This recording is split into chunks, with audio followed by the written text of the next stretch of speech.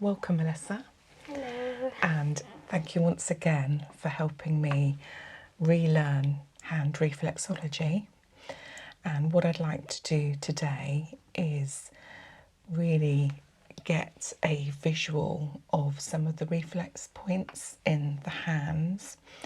And in order to do that, what I'd like to do is use a reference manual with some colourful pictures and really enable me to use that to pinpoint some of the key reflex points in the hands. And that way we can ultimately lead to a reflex treatment. But I'm not feeling confident enough yet to do a full hand reflexology treatment. I feel I just need one more session on tracing these reflex points to get them in my head. So this is one of my useful books that I use, a step-by-step guide to reflexology, which is proving quite useful. And they've got some very visual hand reflexology reference maps, and that's what I'm going to use today.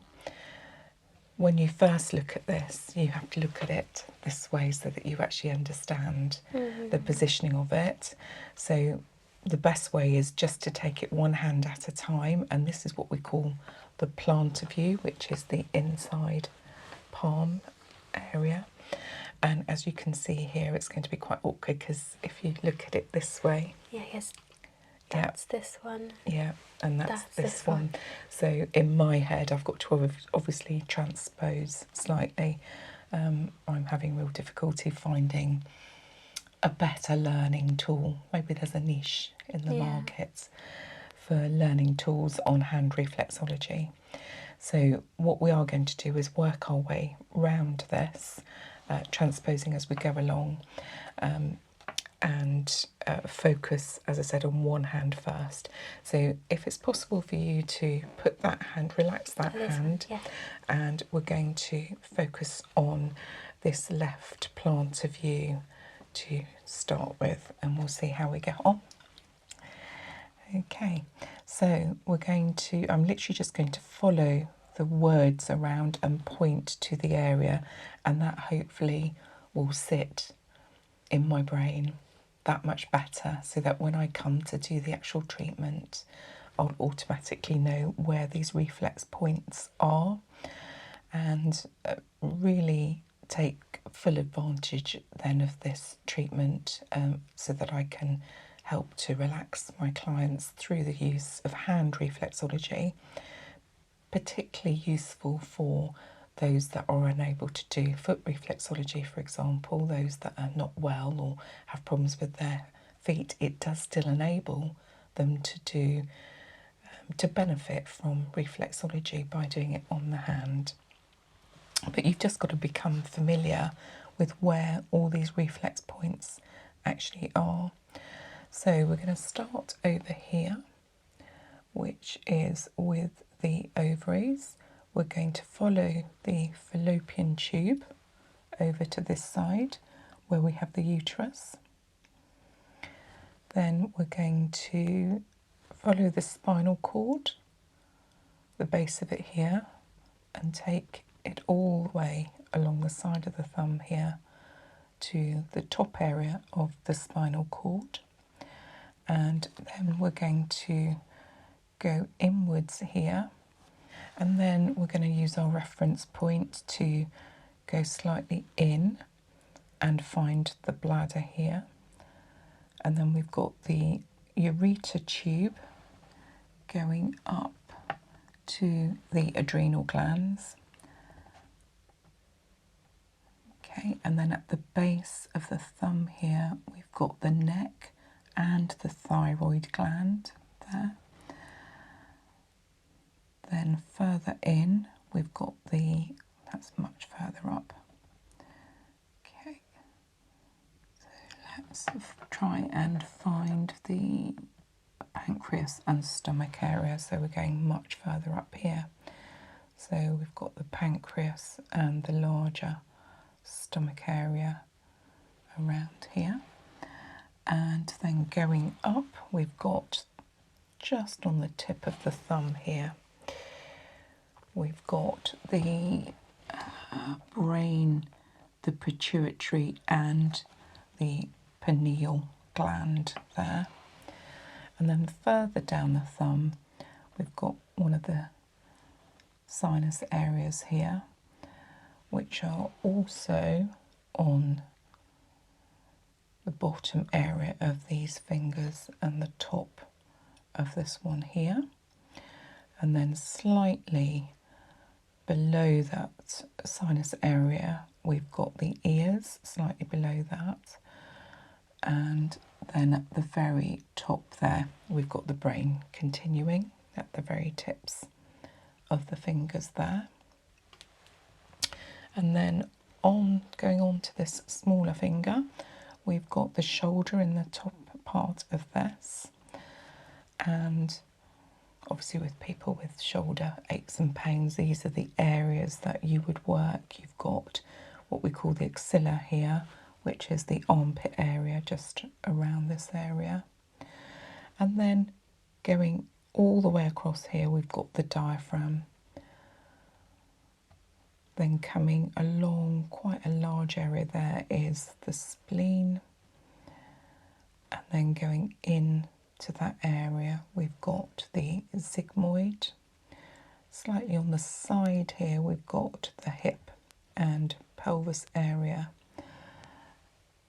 and the coccyx area at the bottom of that as well. And then that takes us back to the base of the spinal area. So that is the plantar view of the hand done. Actually, that seems a lot more simple than I thought it was going to be. I think when you first look at the diagram, actually the visuals are helping, the colours are helping on this, which I think is useful, and having it this way actually helps as well. So that's actually very helpful to me, and I think I'd be confident in doing a treatment much more than I was previously, so thank you for that. So we're going to swap over hands, and we're now going to look at this one. So again, we're going to start on the side with the thumb, and again we're going to start with the ovary here and moving across the lymphs and the fallopian tube along here to the uterus on this side, and then we're going to do the base of the spine, going up the thumb to the top of the spine, and then we'll go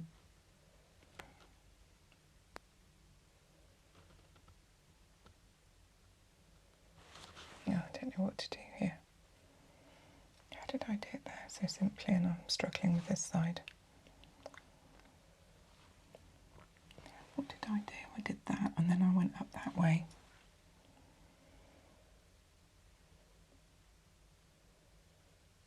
What am I doing differently? That's making it so complicated. Maybe I need to go that way round. Do these words that way round. So we need to start here. Sorry, we're going to have to start again on that one. It's okay. It's quite informative. I'm learning a lot. So I need to do it that way round. Mm-hmm. Okay. Right. So where we've got the uterus here, we then come upwards, and then if I can just open your palm slightly there, you've got the bladder there, the ureter coming up, and the adrenal glands and the kidney there. Then at the base of the thumb, this is much better. You've literally got to go that way around.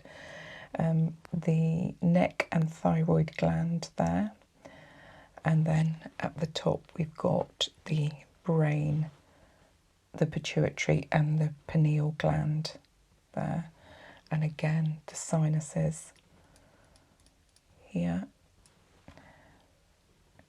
Where are those other sinuses? these here and slightly higher up here. Then we've got the ears coming across these first two fingers here. We've got the brain at the top of those as well, following on from the brain at the thumb, going across to these two. Then coming back to the smaller finger here, we've got the shoulder area.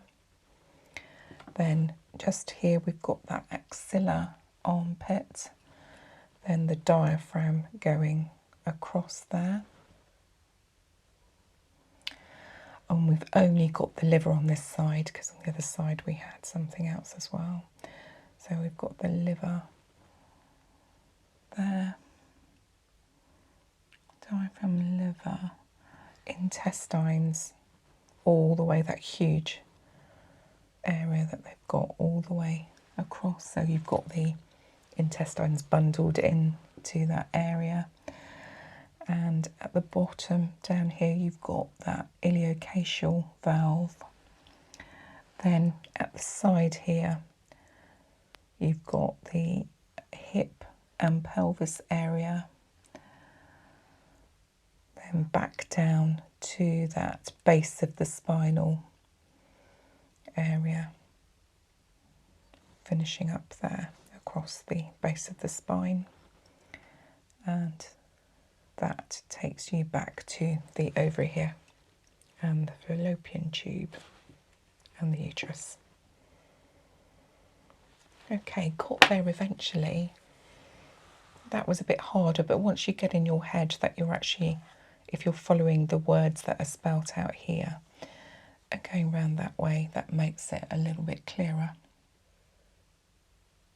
Okay, so that's completes the tracing of the plantar view for, first of all, the left hand palmar view, plantar view, or palmar view sometimes referred to, and the right side as well. Only very few differences there. Okay, so let's move on the reference book onto the dorsal view. So again, I'm going to have to put it a little bit nearer so that I can actually read it.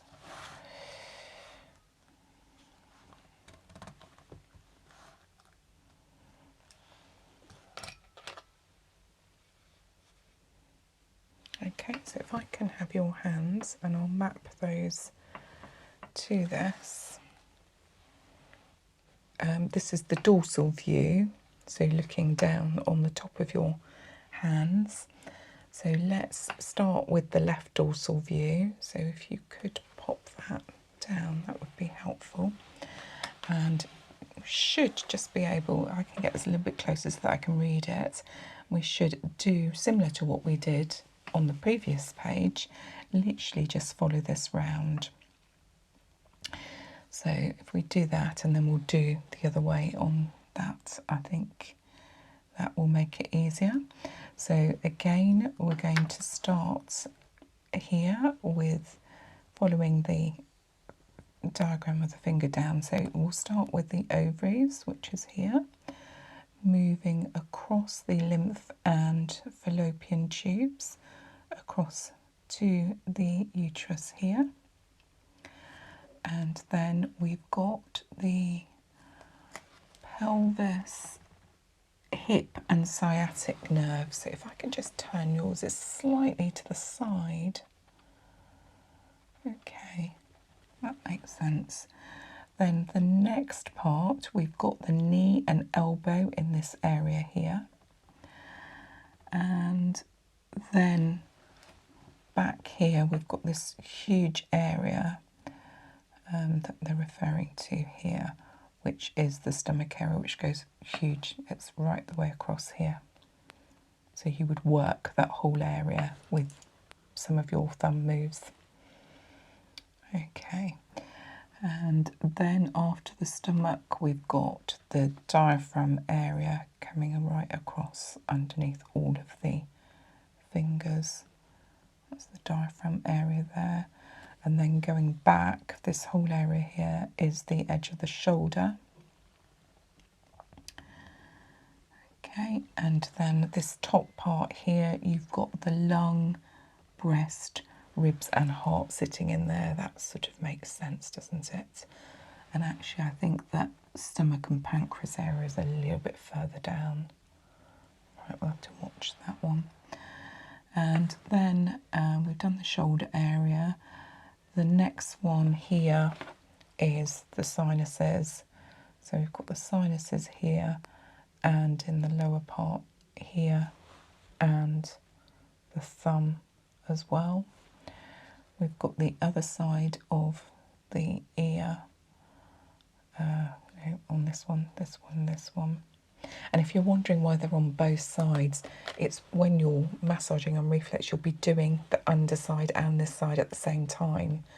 So if it looks like you would think, okay, haven't we already done the ears? But when you're doing the hand, you could do it like that. So you're actually covering both at the same time. So that's useful. And then coming down on the thumb part here to the thyroid gland there, and then that takes us back to the uterus, just there. Okay, that's quite straightforward, I think. So that's much clearer than the first time I attempted it a while ago. Okay, so the dorsal view of the right hand. So we'll do this, but we will go that way round, which I think will get it more firmly into my head. So if we start here at the ovaries, go across the lymph and fallopian tube to the uterus, and then we've got the pelvis, hip and sciatic nerve in this area here. We've got the knee and the elbow up here. We've got the liver, let's get this right because we've got the lungs to fit in there. So liver is down this area here. So what they've got here, yeah. Then the diaphragm going across. Okay, and while we're here, the lung and the breast area. That's that part there, that's that larger part. And then the shoulder area there. Then we've got the sinuses, we have got up here and then here. Okay, I'm just going to redo those sinuses because I'm not sure I got them in the right place there. So sinuses here, yeah, here, and that's what I missed out. So we've missed out the thumb on the sinuses, which is there as well. So we just go back and pop those eyes in. Let's just redo that one. So it's actually, this is the ear and this is the eye. Okay, so we need to remember that. And then just to finish off, we've got the thyroid gland across the thumb, the base of the thumb here. And then that takes us back to the ovaries. And then I think we have covered everything. Just got a little bit muddled there, so I'm going to go back and refresh that in my head. And then I think we might be ready to attempt a treatment. Sounds good. You're learning lots about reflexology in the body. It's really fascinating tracing It is, it out on the canvas. it is fascinating the way that when you look at this, you can actually see the body, and obviously the reflex points. If there are some amazing pictures where it's almost got the body in there, we'll have to find one. And then obviously taking the zones up through the body, and really helping it. But to be honest, just the reflex activity on the hand just is part of that overall relaxation and approach to well-being, which you know I love. But this has been one of the most challenging treatments to get back into my head, I think. But we're getting there, definitely. And we'll be doing some hand reflexology treatments very soon. So thank you very much again for the loan of your hands. Hello. And welcome today. Thank you once again for loaning me your hands to practice on. So what I'd like to do today is first of all just spend some time relaxing your hands and doing a little bit of a check for any contraindications we've got. And then what I'd like to do is just explore a new learning tool I've got for hand reflexology. And we will look at that in a moment and explore that and see if we find it useful in terms of a new learning tool. And if it is, we'll take it further and do a treatment with it and see how we get on with that. Okay, could I just ask you first of all just to move your jumper just up, the sleeves up slightly? That's great, thank you. Okay, so what I'm going to start with, I think, is just talking to you a little bit about your hands at the moment. And obviously we use our hands all the time. Hands hold a lot of stress, and any form of relaxation treatment on them is going to be helpful for our overall well-being. Do you use your hands a lot at the moment? I use them to kind of type, I guess. Right, okay, so PC usage, tablets, things like that. Okay, so what I might do then is just do a little bit of relaxation before we go into that. So let's try a few gentle moves on that. So I'm going to start with this one, and in particular because you're using your wrists quite a lot, I think we'll just give them a little bit of a gentle massage, and on the other side as well.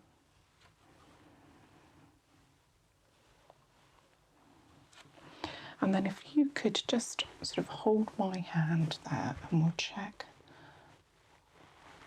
just the movement there. Yep, that's absolutely fine. And then I'm just going to hold the hand there and I'm just going to rock the wrist slightly. Just gives a little bit of a movement in there, helps you relax that hand. That's fine. Then I'm just going to gently massage these fingers out.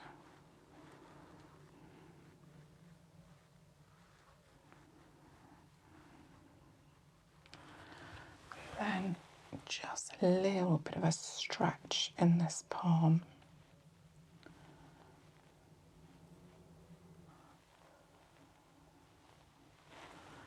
Okay, so if we just pop that one down. Are you okay there on, or would you like a towel underneath there? No, You're okay. All right. Okay.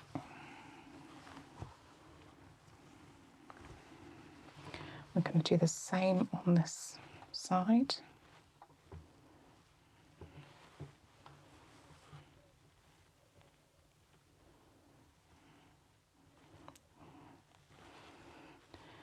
Okay. If you pop that elbow up.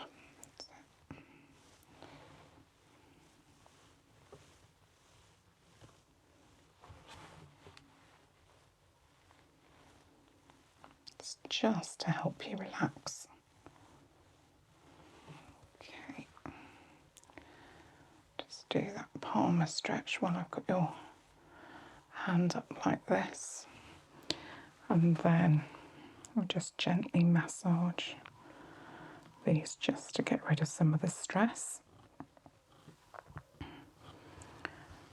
Right, okay. And while I've got this hand here, I'm just going to put the magnifying glass over this and just check for any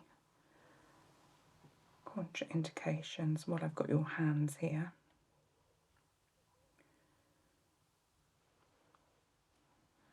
Okay, just got a little scratch here. I don't know if you can remember where that's from. I'm not really sure where it's Okay, from. that's fine.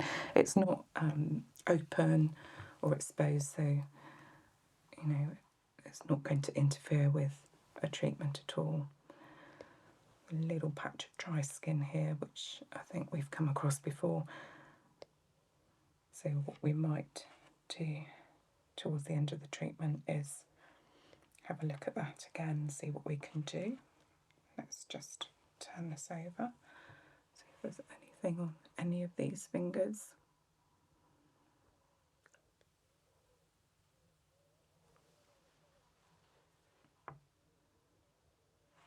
No, I think we're all okay with that hand, so just relax that there. Let's just check on this one.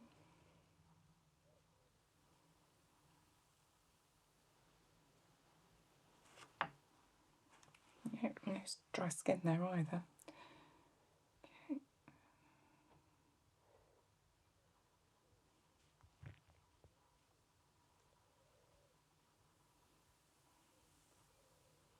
That's absolutely fine. I'm just going to have a quick look at nails while I've got your hands here. No, that's absolutely fine. So what we're going to do today is something a little bit unusual. This is not a learning tool I've used before, but I've used something very similar for the feet, but not for the hands. And I came across these and thought they were such a good idea. So let me just show them to you. These are gloves, which are let's do the left and right. And this is really to help you understand where some of the main reflexology points are. But with you wearing the glove, you can actually see.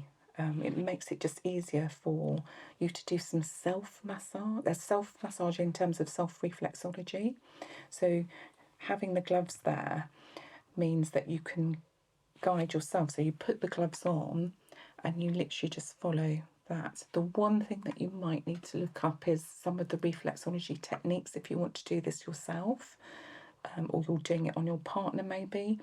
You may just want to look something up in terms of some of the techniques, and I will show you some of them today. So the next thing is to actually get you to pop these gloves on, and we'll do one hand at a time. What I've got to help us, because this is a new tool, it's not a learning tool I've used before, I've got my reference manual that I use for reflexology with some very visuals to help really understand that. So if I'm not quite sure, and this doesn't depict what I understand where the reflex points are on the hand, I've got a backup reference tool, and that's something useful to have just there. You're thinking, not too sure where this should be. So having this here as a reference point for you to back up that information is always handy, especially if you can find something that's quite visual. We're only going to look at the plantar view. There is a dorsal view for this as well, which is the top of the hand, but we're only going to look today at the plantar view. But if you wanted to and explore it further, you could look at the dorsal view. And unfortunately, these gloves don't have that. Okay. Maybe there's a niche in the market to invent some reflexology gloves as a learning tool that have both sides on. So should we start with the left hand, and we'll put the right hand to that. So you're putting it on like that. Yep, in like that. Oh, I see. Yeah. Yes. Upwards like this. Yeah. So if you can see on the picture, it's mirroring that. Yeah. Yeah. So that makes it nice and easy. Okay. And what's good about this is, you can literally just follow that. And if you were doing it yourself, you could see how straightforward that would be. So we're just going to follow this round. Now, obviously it's difficult for me to do this, so I'm going to do my best, but normally when you're treating you would be going up this way, but I'm just going to point to where some of these things are. Try and resist the temptation to do all the various moves, but I might just show you some. So for example, the spine, which actually goes up the side, you can see it in the reference book here on the blue there. So you would do something like this little caterpillar move, go up the side of the thumb there. So at the top of the thumb here, you've got the sinuses, then you've got the head that you would massage, the neck, the thyroid there, you've got the stomach just inside, then along here you've got the eye and the ear. Now you can see, funny enough, it is a little bit different on this one actually, where you've got the eye and the ear slightly higher up on my reference book. So I think you can just massage the whole finger there. And then the sinuses, you can see, are in all of these fingers. So you would massage those all down with your little caterpillar move there. And the eye and the ear we've done, and here you've got the lungs.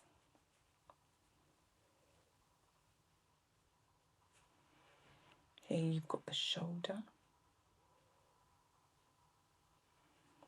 There you've got the heart area there that you could go across like this.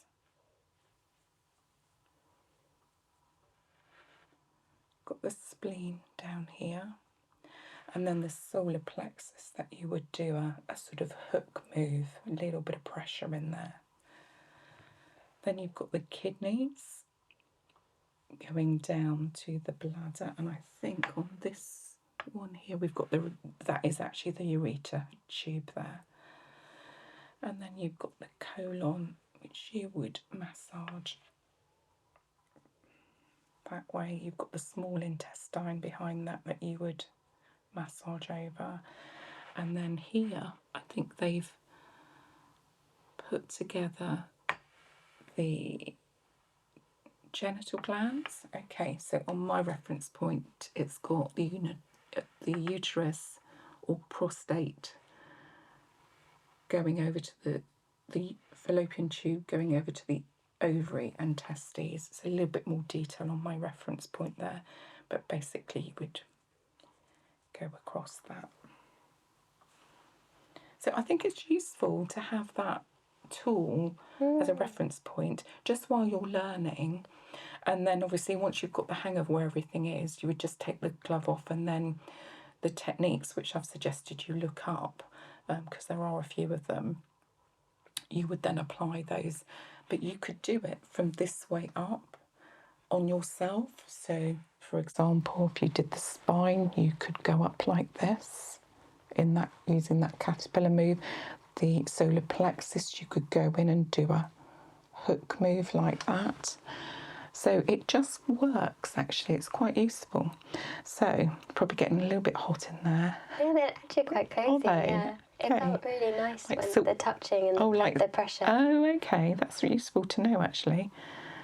Maybe we'll get you to do it on me one day. Okay. So I think we're okay on this. And then, as I said, well, maybe at the end I'll turn the page over and you can have a look at the dorsal view as well briefly.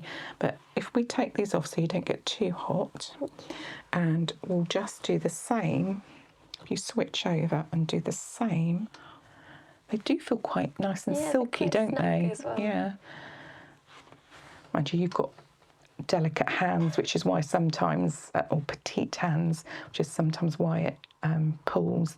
Obviously with somebody with slightly larger hands, it would fit them like a glove.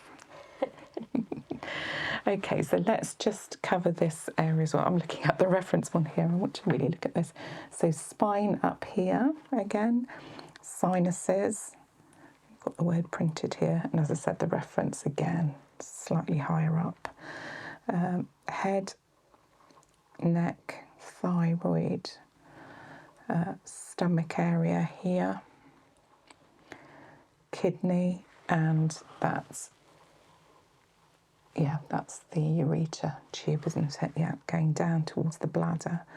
And then you would work the colon there, move across the small intestine there. got that solar plexus where you would do that hook move in there. You've got the lungs that you would work across. So this is the colon here, and then behind that would be the small intestine. Then at the bottom here we have got, we've grouped, as I said, the genitalia together along the fallopian tube at the bottom of the hand there as well. That takes us back to the shoulder here, shoulder area. And actually I think on mine it's got the armpit there as well, the lungs and the liver area.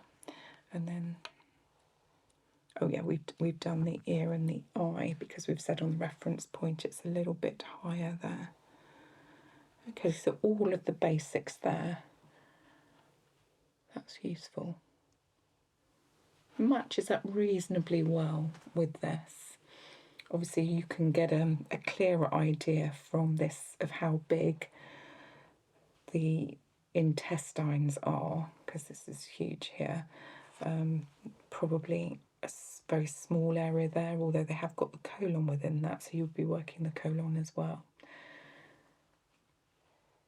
Yeah, so I would tend to work over that whole area, both horizontally and then vertically, and sometimes even diagonally, so that you cover all of those parts in there, and then pick out some of these key areas with some of those other techniques. But as I said, my advice would definitely be to, if you're going to do this yourself, a little bit of research around the different techniques. Okay, so should we take this off? There we go. And what I wanted to do was just show you the dorsal view here. And you can see it has very similar areas, but just on the top of the hand there. So there's nothing that we're missing out. It's just you've got to imagine that it's following around to the other side. And in many instances, you would be working underneath and on top anyway. So you would already be there on that. Okay, how does that feel? Good, it's fun. It's a different learning tool, isn't it? So I quite like that, to get some of the key ones in there. Obviously, with reflexology, it's a complementary therapy, so it is alongside, or to be used alongside other treatments that maybe you're using with your doctor. So the evidence for reflexology is quite anecdotal. There are some research activities going on, but the huge bulk of the research for reflexology is still anecdotal, but very heavily anecdotal as well. And that anecdotal versus scientific will carry on for years to come, until a lot more funding is put into looking at the research. But definitely, so if you can use this as a tool to help you relax, you or your partner, and use that to help you find these reflex points, and it works for you as part of your well-being, then that's good. Okay, thank you for your time.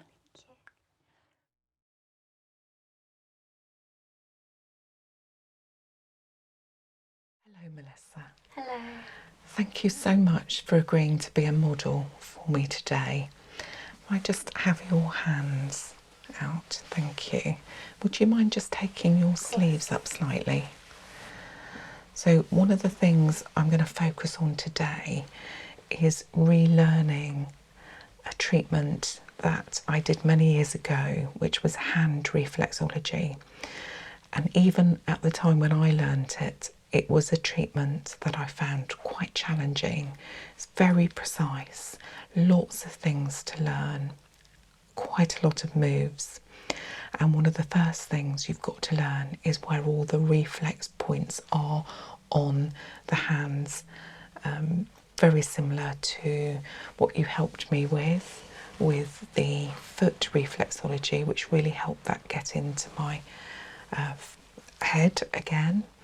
But these, it's quite challenging to do hand reflexology, simply because there's quite a lot to relearn. So what I'd like to do today is literally do some mapping of the hands. And one of the things that is very challenging with this is when you go to look at maps of the hands on the charts in textbooks, they do sometimes reflect a confusion, because some people look at the hands this way and some people look at the hands this way, and it can make it very confusing depending on what you're doing. So bear that in mind if you're trying to look at a chart or you're trying to do self reflexology, which is a very good treatment as well. And today I've got a picture of, we'll start off with the palms, a picture showing the palms. And you can see here the thumbs are together, so it is confusing. Like that, I guess. Yeah, which is really confusing. So what we're going to do is just focus on one palm at the time, but I thought it was good to explain to people the confusion. And then we're going to turn over and do the dorsal side as well. So we're going to start with the right palm, and we're going to literally map this. But first of all, do you know much about hand reflexology at all?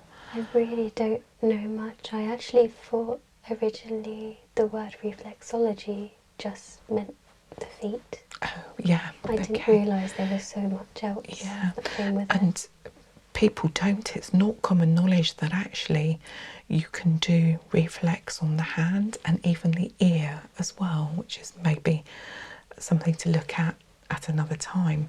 But definitely with the hand reflexology, there is a belief that it does map the body, and going back to our good old zone therapy that I went through when we looked at foot reflexology, the hand maps the zones going through the body, and the idea is that you do particular moves which stimulate the zones within the body to try and get the body to kickstart and heal itself along those zones. Very interesting, very fascinating to read, and it is part of the approach to wellness and well-being.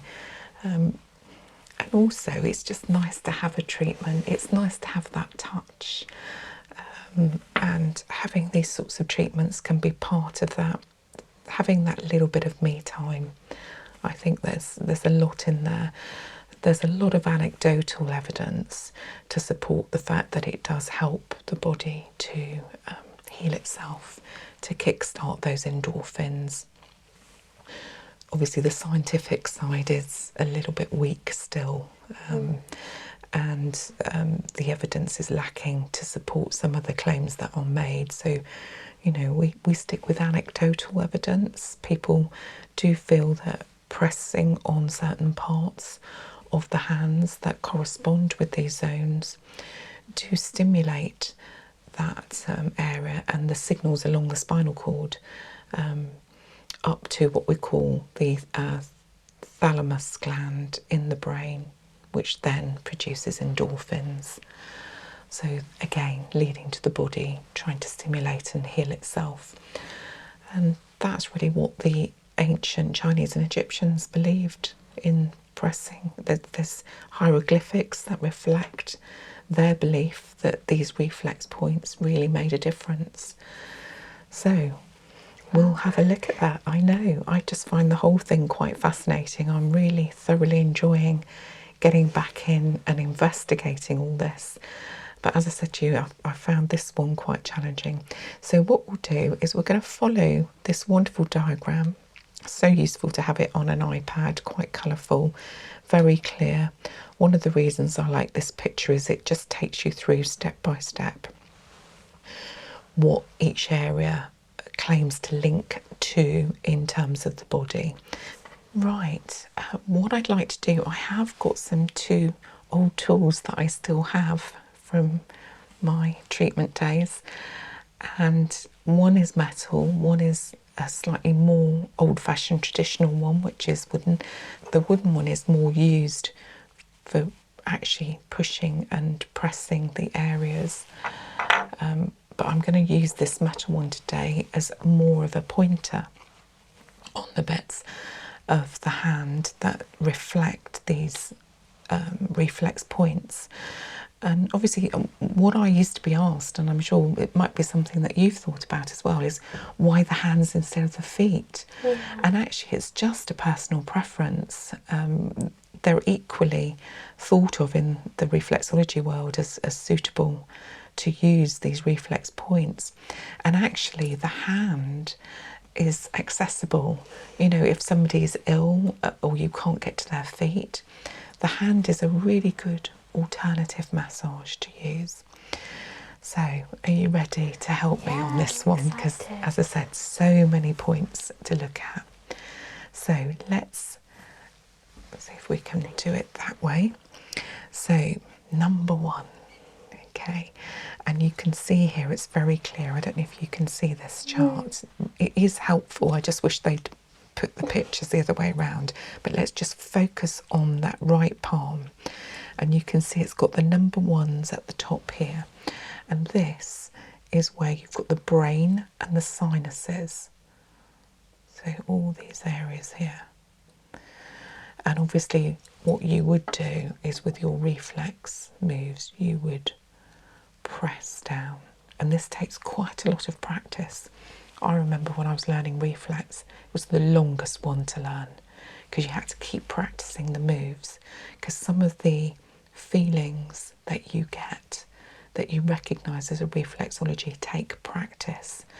The feelings under the skin are really subtle, and sometimes actually your client can feel elements of pain and discomfort, and sometimes it feels like a bruise, and that's where you've got a blockage, and that's something that takes practice to work on. So I'm starting very slowly, getting to know all the points, and then step by step I'll move towards full treatments, but I'm not there yet, hence the reason I'm using you to practice on. So number two here is the outer ear, and this is a strange one because it's in here, in between these fingers. And I don't know if you remember the ones we did on the feet, but it was similar to the feet. Very fascinating. And then number three here is actually the inner ear. I'm just tracing that there. And then number four is the eye, just these areas here. And obviously you would use specific reflex moves to really get in there with your fingers and go like this and massage those areas out to get the reflex points working. Right, the next one is very unusual. It's number 5 and it's called the pineal gland, and it's literally on the side of the thumb here. So just point to that and get that back in my head as well. And then number 6 is all the way in. I might have to show it on my thumb here so that you can see it. And that's the pituitary there. Then we go number 7 to the shoulder, which is over here, which is this part. And you would do a slightly different reflex move there. That's like a sort of walking move, and I can feel that just with doing that. Yeah, Feels nice. It does, but you'll probably feel it in your shoulder. When we do a full treatment and I'm treating you properly, then you'll feel it in your shoulder or your arm there. And then number 8 is the neck, which is all around this area here. almost on the inside and the bottom of your thumb. And then number 9 is this area here. So we're going from here all the way along there. Quite a large area to work when we actually have to work it. And then 10 is the heart, just underneath the thumb, at the very bottom of the thumb there.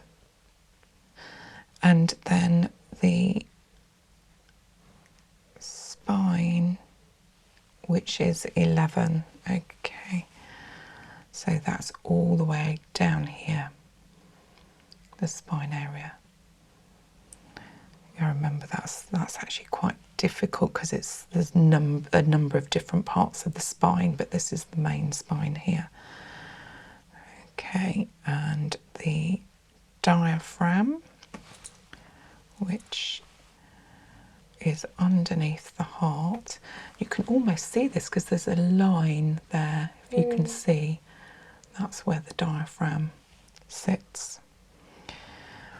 Right, so after the diaphragm, we've got the solar plexus, which is this point right in the middle here, which harnesses a lot of energy and often needs clearing. So that's a really good point. And I won't be able to pinpoint that directly until I start doing a proper treatment, and then I'll be able to feel it. You can actually feel it when you're doing it, but just pointing to it, we're not going to feel it. I need to press quite deeply on that one. And then 14 is this huge area here, which is the liver, which is great. And within the liver, you've got down from the second finger is the gallbladder, which is just there. Okay, then we've got 16, which is the stomach area, and it's quite small on the right palm. There's a bigger section on the left palm, but we'll get to that when we look at the left palm. But there's a small part because the stomach goes over, obviously, towards one side of your body, and that's reflected on your hands, the fact that it is going across both areas. And although 17 would be the spleen, it's actually only on the left palm, it's not on the right palm. Then we've got 18, which is the adrenal glands, which you have on each palm, which is just about here. And then we've got 19, which we'll cover later because that's on the left palm. Okay, so number 20 is the kidneys, which you have just here. And then you have what we call the ureter going down, 21. And then 22 is the stomach area towards the side here, on both sides, obviously. And then we have the duodenum, which is just above that area. Just above that area there. So 24 is the small intestine, which covers this quite large area here. And then you have the large intestine, which actually goes underneath that and right the way along, coming down along that up to about halfway there. So after the large intestine and colon, 26 is something called the cranial nerves, and that literally follows all of the edges of all of the fingers, and these are all your cranial nerves going all the way around. And that's finishing the right palm, so thank you. Hopefully that shows you how complex this can be. this treatment. This is why it takes quite a long time to get to grips with it. Right, thank you for that.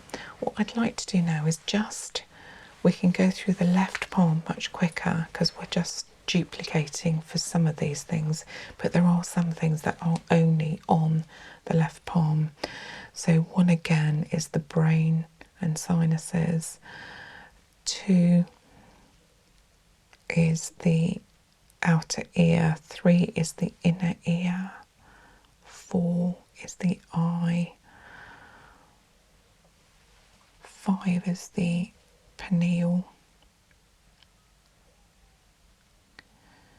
6 is the pituitary, 7 is just over, nipping over to the other side here, which is the shoulder and arm. 8 is the neck.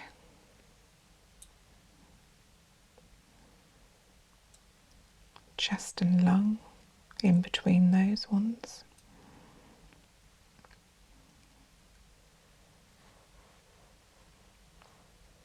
10 is the heart,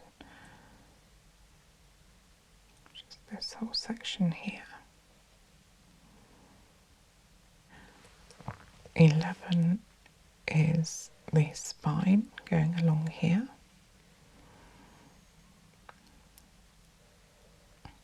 12 again is that line, which is the diaphragm, with the solar plexus in the middle. Liver, obviously 14 liver we don't have on this side.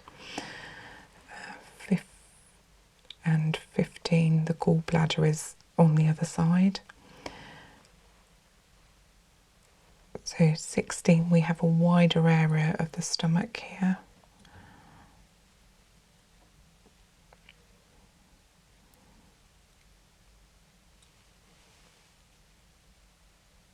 And at the side of that, we have the spleen, which is only on this side. And we have the adrenal glands on the edge. Pancreas, which does and extends quite a lot here over both palms.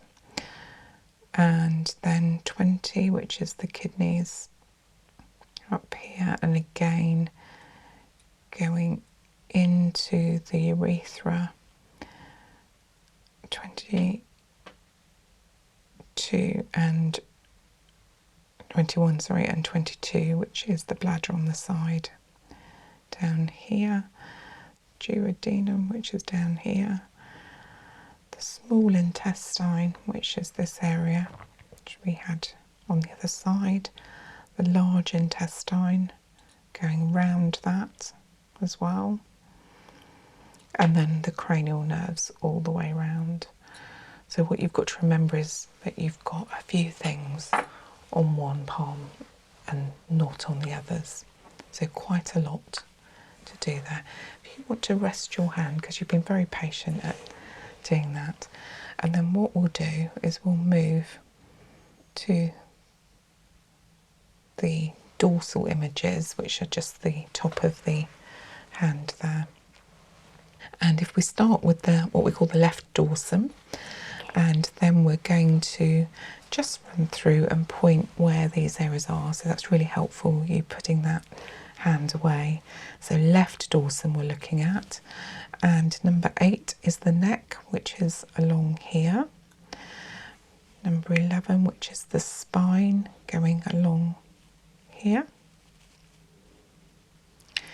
And then we have the hip and sciatic nerve, which is on this side, just about here. Then 28, which is the lymphatics of the upper body, which is just on these first 3 sections of this hand, and I remember this is one you've got to be careful of because it's on different fingers on the other side, so you've got to be careful on that one. And the lymphatics, so it's important to get that one right because that has a real impact on protection and working areas that are blocked, which can help you stop getting infections, even things like simple colds. So working on the correct ones for those is important. And then we've got 29, which is this huge area here, which is the chest, the breast and the mammary glands. So quite a large area to work over there. And then 30 down the bottom here is the fallopian tubes and the lymphatics of the lower part of the body. 31, which is here, which is the uterus. And then 32, which is the knee and leg, which is over on this side here. And then 33 on this side, which is the ovaries. And obviously in a man it would be the testes, but in this case the ovaries. Okay, so that's lovely. That's the left dorsum. And then the right dorsum here we've got, it's going back to the neck, looking at it here, which is this area here. And 11, which is the spine, which is this area along here. Then 27, which is coming down from the little finger to the bottom of there, which is about there. So that's the hip and sciatic nerve. And then 28, again massaging sort of in between the fingers really. You've got so this whole area here which is covered. Really it's difficult to show you the move that you would do. I can show you where it is roughly, but the move is almost like a real sort of pulling move, so it's quite difficult to show it just with a pointer. So you'd have to get right in between the fingers to get those lymphatics, but again a very important part of the body to work on. Then we've got that huge area again of the chest and breast and the mammary glands here in that huge area. And then 30, again the fallopian tubes along here and the lymphatics for the lower body. 31, just on the edge of this here, is the uterus or the prostate in a man. So the uterus in this instance. Then 32 on the other side along here is the knee and the leg if you need to work on that. And then on the other side, 32 is there, and then just near that is it's further down actually here, further down is the ovaries, just around here. And you will feel, that's what I'm saying, it takes a lot of practice on this, but you will be able to feel the ovaries when you search for that. But once you've found it and you get it every time, it really helps to work that area. Okay, so thank you very much for allowing me to use you as a little bit of a guinea pig. As I said, this is going to take some time for me to get my head around all this and to practice, but I need to get these reflex points into my head again. Once I do that, I'm going to ask you if I can practice on you to do a practice treatment. And it's going to take me a while, as I said, so I really do appreciate you offering and volunteering to do that for me. And then hopefully you will get the benefit of some more treatments, doing reflex on the hands as opposed to the feet as well, which I still need to practice. But hopefully we will both benefit from that at some point in the future. So thank you very much for loaning me. Hello. Thank you for joining me today to focus on hand reflexology. So if you want to let me have a look at your hands, and while I'm talking I'm going to be checking your hands, although we have actually already cleansed them, but I'm just going to give them a thorough check over. So previously we've been tracing and mapping and colouring the reflex points on the hands. Today I want to do something slightly different and take that further and actually do a reflexology treatment, and really have a go at doing that as my first attempt of a reflexology hand treatment. What I want to do first is just refer back briefly to the point of reflexology and cover a little bit of the history, how it works, and the benefits while I'm just checking your hands over. So reflexology fascinated people for years, has its history in Chinese therapy, and in about 1913 an ear, nose and throat specialist really looked at reflexology in detail, and identified something called zone therapy. And when you look at this, you'll see pictures of the zones. When you look at the feet or the hands, they have mapped zones corresponding up throughout the body. And the idea is that obviously if there are any blockages on any one of those zones, then that's what you need to work to eliminate. That's the basic principle behind it.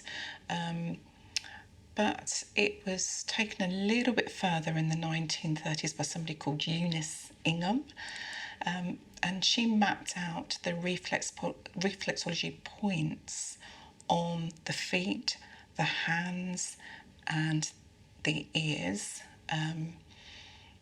and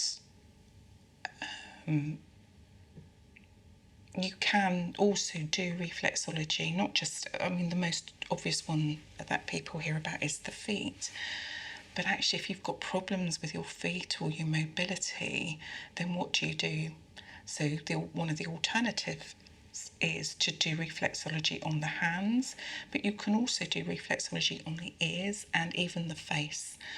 And they're good alternatives to a foot reflexology massage. So how does it actually work in practice? So theoretically,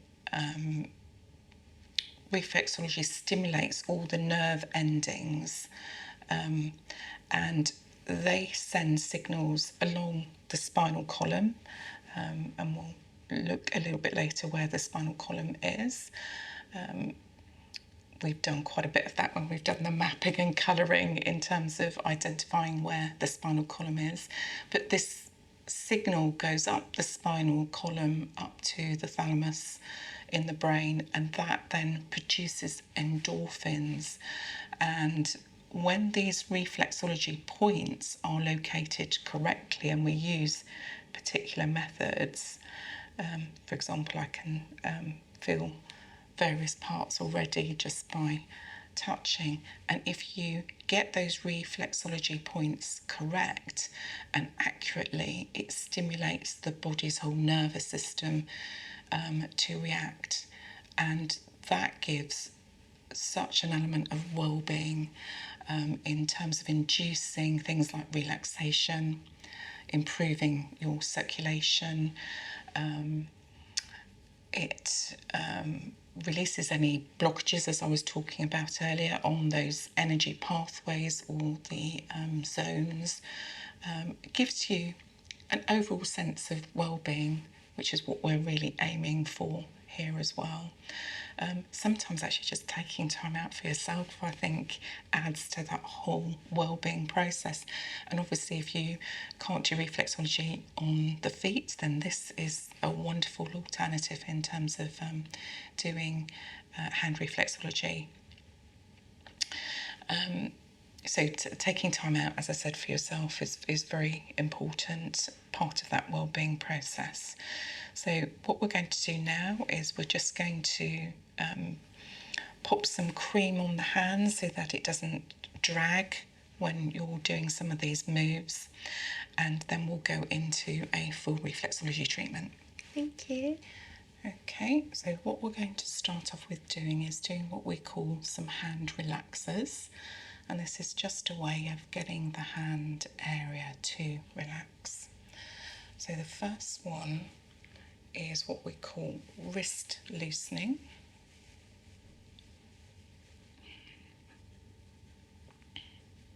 That feels nice and relaxed there, and we do the same on the other side.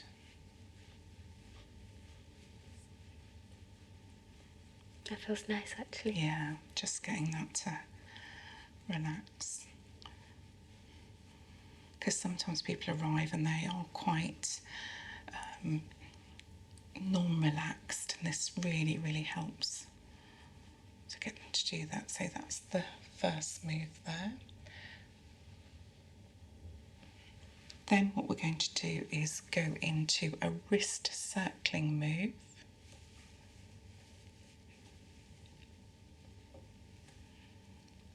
So you do a few moves around here on this side, and then we'll turn the wrist over. And that just follows through nicely from the first relaxer.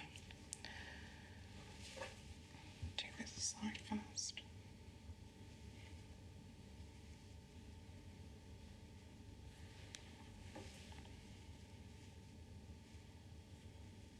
It's about 3 to 5 moves of this, depending on how relaxed your client is. And then we're going to do some what we call thumb sweeps.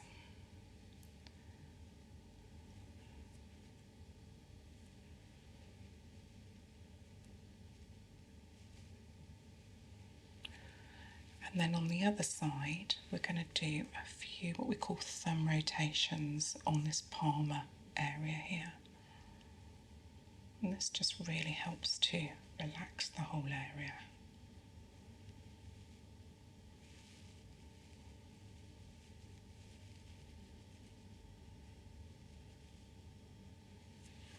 Do the same on the other hand. So a few thumb sweeps on this side.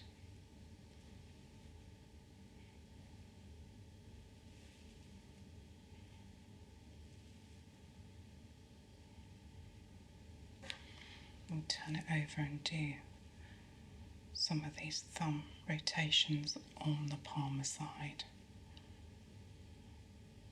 That ensures that you've got both hands nicely relaxed.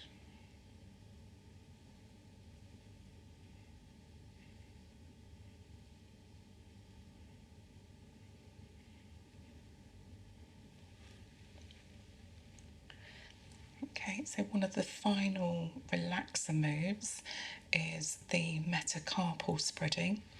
So I'm going to hold firmly on the bottom here and then just move along the metacarpals so that they're nicely relaxed.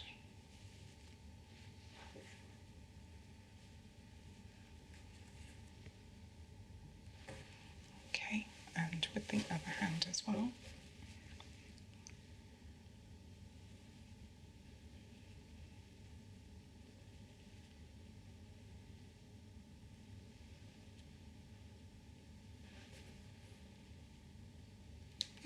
And that just allows both hands to be relaxed and ready for the treatment.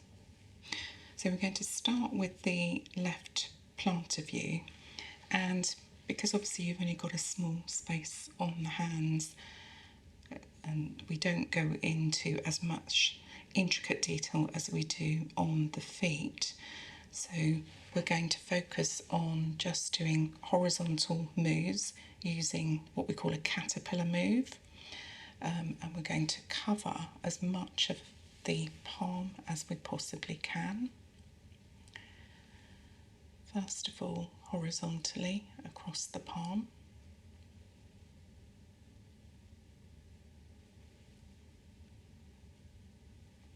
It's very relaxing while you're doing this. It feels really nice. And then once you've covered the palm horizontally, we switch and we do vertically. And you can see this caterpillar move just going down so that you're covering the whole of the palm.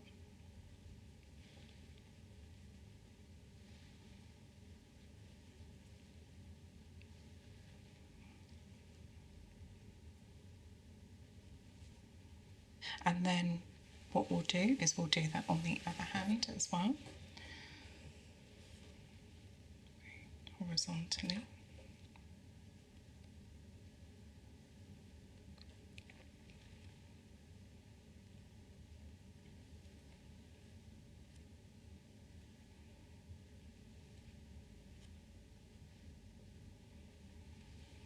And then vertically. Start on this side.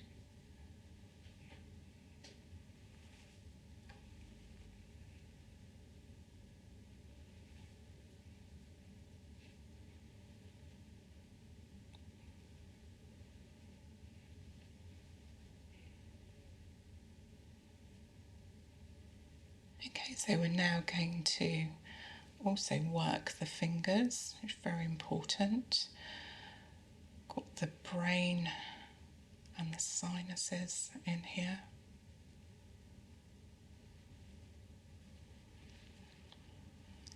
The eyes and the ears. And you do this 3 times.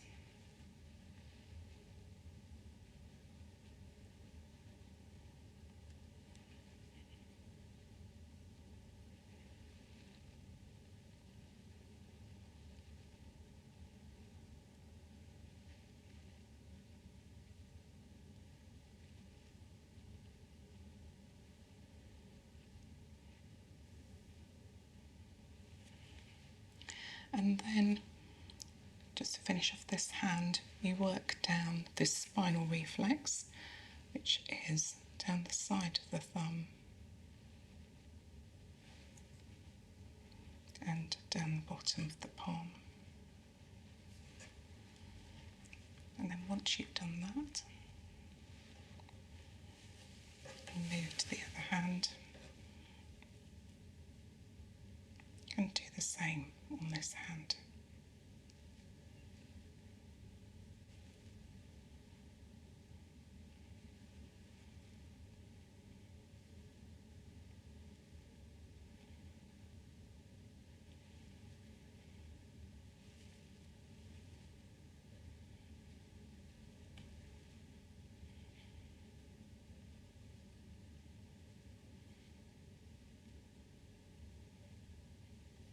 This is why you've got to keep your nails really short, because that caterpillar move, you can really dig your nails in. You want to avoid doing that. Okay, and again, the spinal reflex.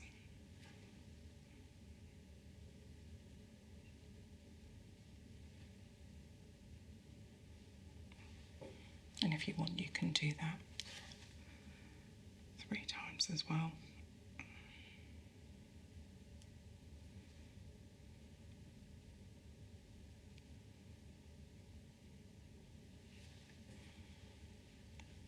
Okay, and if at any time you feel your client is not relaxed, then do just do some small palmar moves again. That gets them more back into a relaxed state, because you can see here naturally the fingers start curling up and then your client gets tense. So do open up the palm again and do some of those palmar rotations, and that will get your client to relax again. Okay, so we've now finished the plantar aspect of the hands. So if I turn over, we're going to now do the dorsal view. So if I turn over my reference here to the dorsal view, and so that we can see that clearly. And then what we're going to do is actually massage the channels along the dorsal view here, so that you get rid of any blockages in these channels.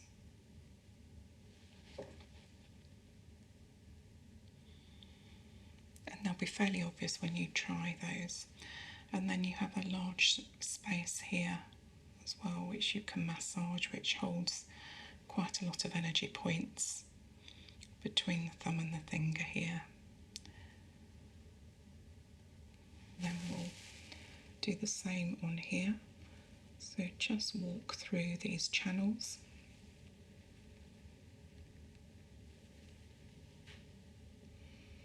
And you can do them as many times as you feel is appropriate for your client needs. That bit feels really good. It is really tense. You can feel that.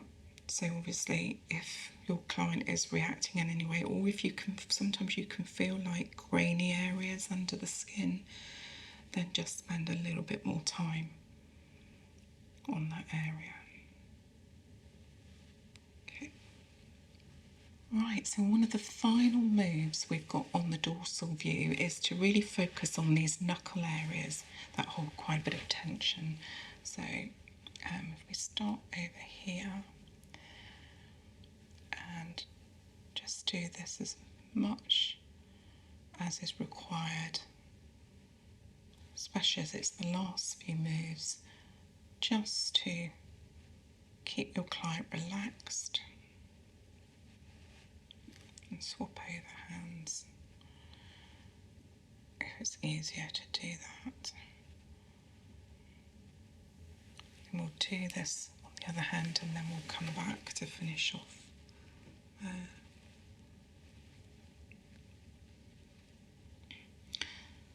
And obviously the depth that you're using is what your client needs. Some clients can put up with a little bit more pressure, but on small hands such as this one, you need to have the right pressure, but it needs to be gentle enough so it doesn't cause any irritation or pain. That's the knuckle for the thumb there. Okay, I want to switch back to the other hand, and then what you do is you move down to the other knuckles. So try and relax your hand a little bit more, that's it. It's so easy to tense up It without really thinking. is, yeah.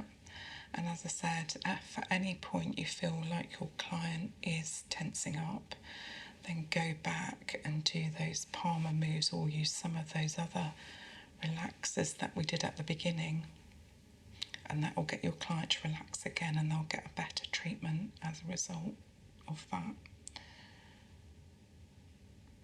Because you're working in quite a small confined space, so the natural instinct is for people to react and tense up when people are touching that area.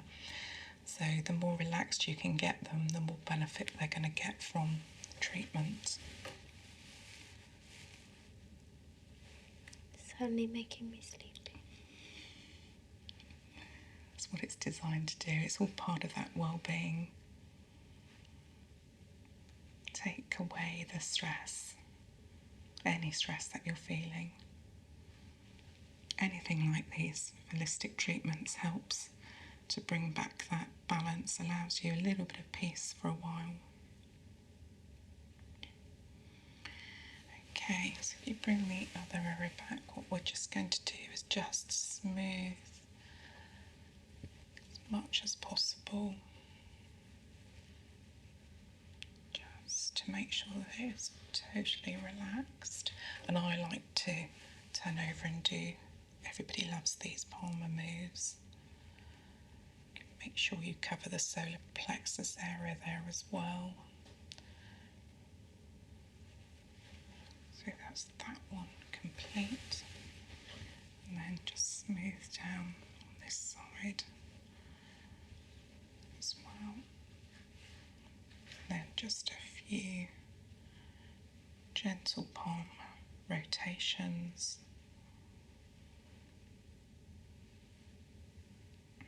Covering some key areas there as well.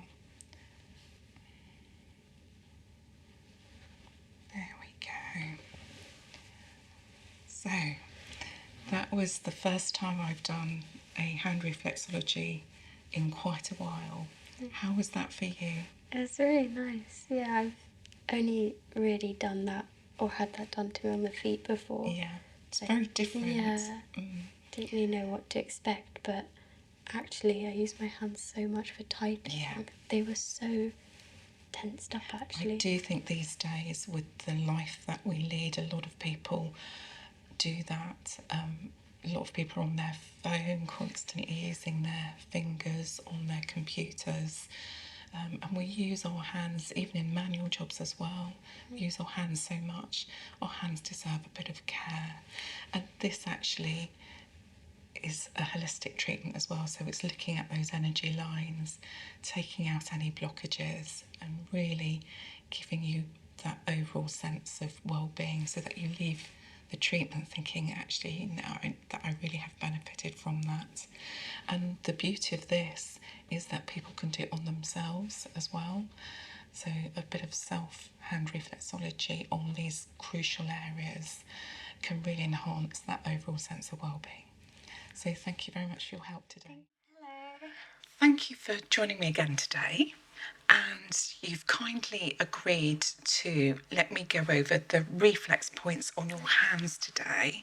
So if I can just have a look at your hands, and while we're talking, I'll just slowly have a look at the hands and just check that there are no problems with them. And what we are going to do today is start with the plantar view of the hands, and I'm going to use this wonderful view that I have on my lovely reference image here, and then we're going to move over to the dorsal view, and I have my selection of colouring pens to mark the regions as we go, which hopefully will really make these stand out and show people where these regions are much more clearly on the hands. I am going to attempt to colour each of the areas in. Hopefully it will be very clear. It might end up being a little messy, but hopefully it will make the different areas stand out much more clearly on the hands if we actually colour them in. Right, so we're going to follow the image as I've just been through. So we're going to actually start with the right plantar view, which is plantar or palm, as often known, but officially, formally known as the plantar view. So what we're going to do is follow this image round, and we're going to start with the shoulder. And I'm going to draw this as much as I can. So it's coming from that second finger down.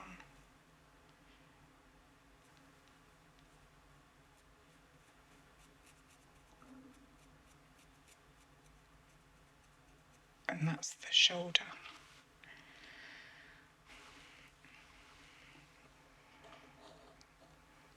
Right, so moving on up, the next one will be the gallbladder. And the gallbladder is just here.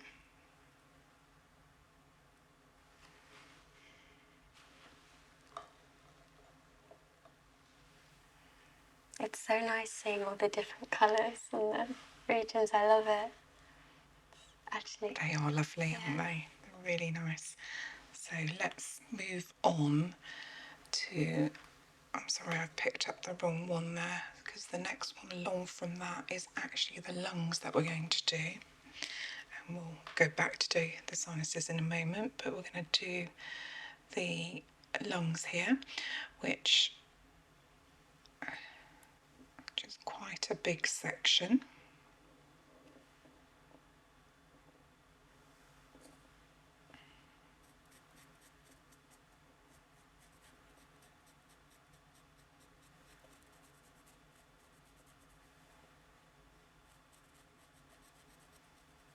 Obviously quite a big section because the lungs themselves cover quite a large region. So that's the lungs now finished. And then what we're going to move on to is the sinuses. So they have a lovely green here, so we're literally just going to follow what they've done.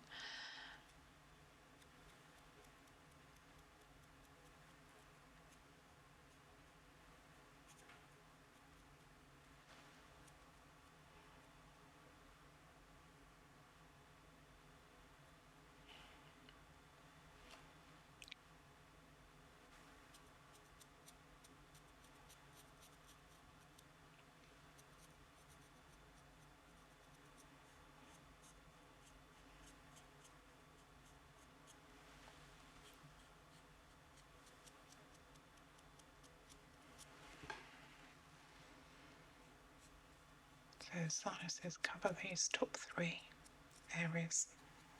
Okay, that's the sinuses finished. Now we're going to move on to the ears.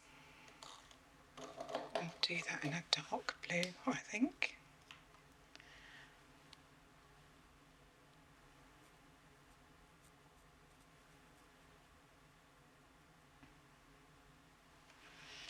And that is closely followed by the eyes on the next finger up.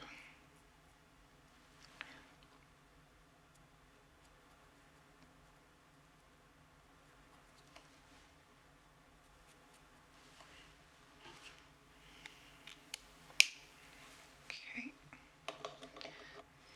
And then we have the pituitary, which is just on the edge of the thumb.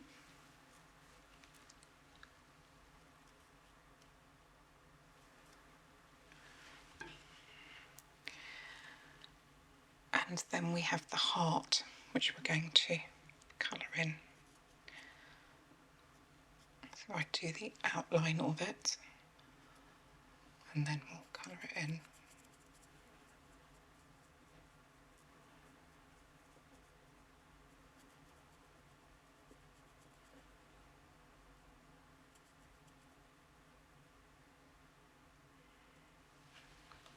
There's the heart area, and then what we'll do is move down slightly, very similar colour onto the thyroid, which is right across here.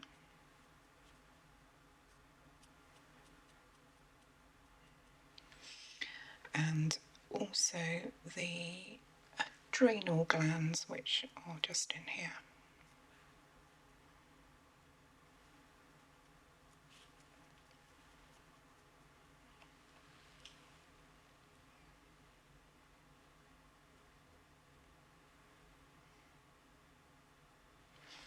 In fact, I think they're a little bit further in as well.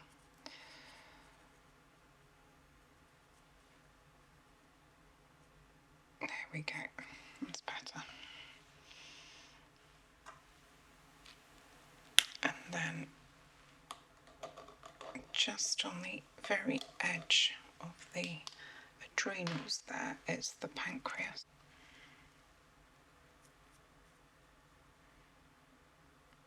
Actually, what I'm going to do is I'm going to swap that to a different colour. It's too similar. So I'm just taking out a slightly darker colour, and that's the pancreas, which I'm going to colour in.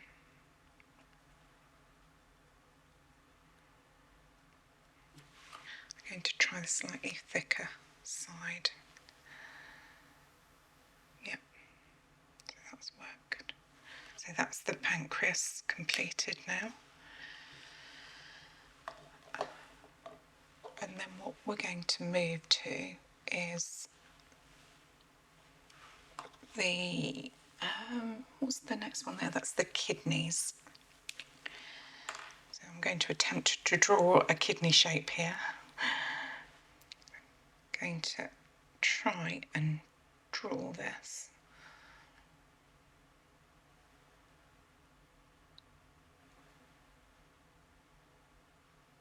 There we go, slightly kidney shaped. And then we're going to follow that through with the ureter, which takes it down to there.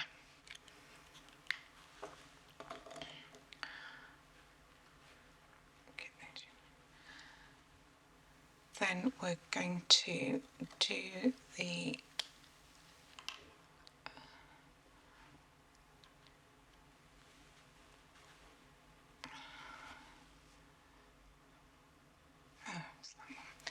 then, sorry, I'm going to choose a different colour pen. Then we're going to do the transverse colon, which is underneath where we were.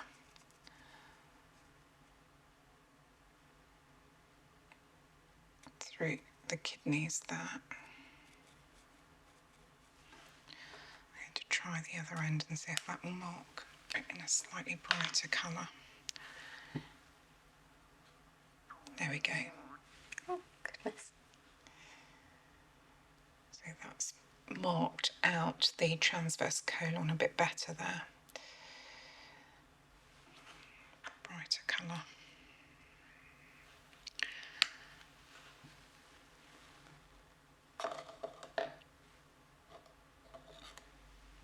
Then you've got the bladder just at the very end of here.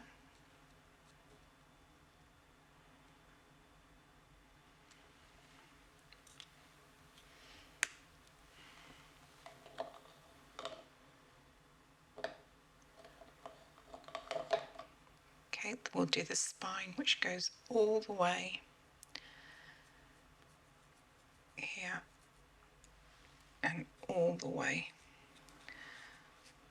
up.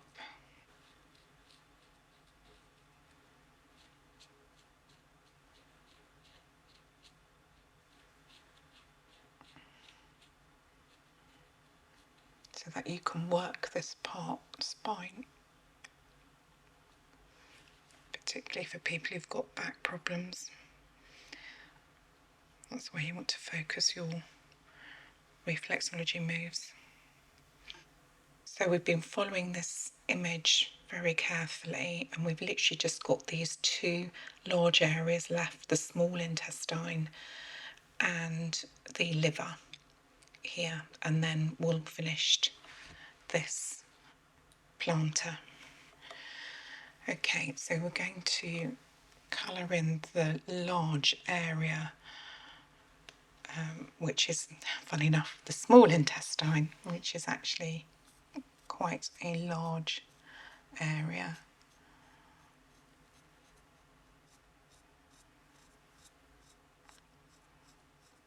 So we'll see how much of this we can complete so that we get a rough idea of what this covers. I don't want to go too far into the other colours because they'll start blending. Okay, so that's the end of the small intestine, and then we've got the very last one on this right plantar, which is actually the liver. So the liver covers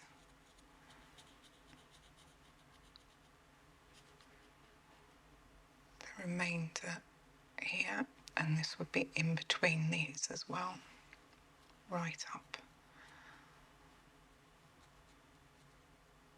around this area.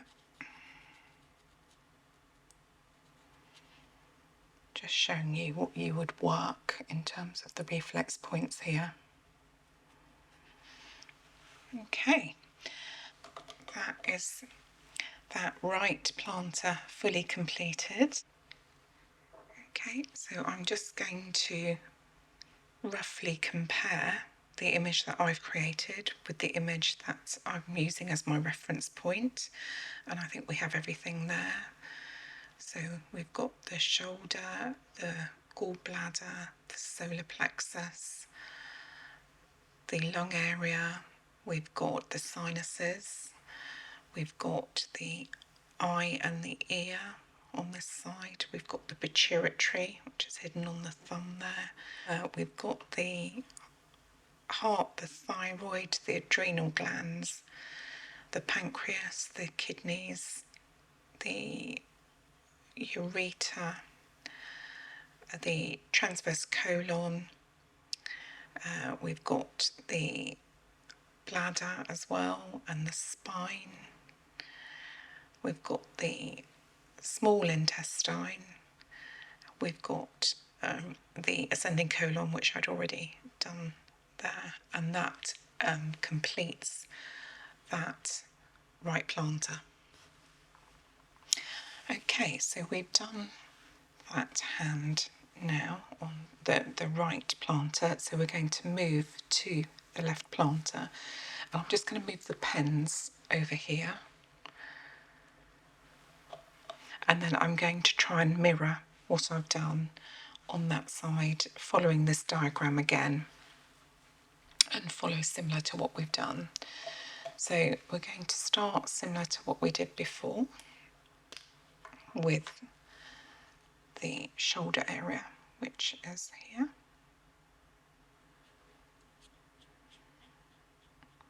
Shows up well in that nice bright blue.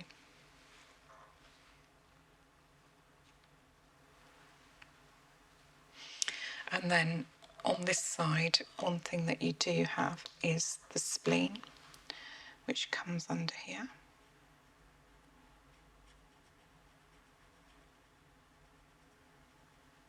Let me just try with the other end on that. Might come up a bit brighter. Yes, okay.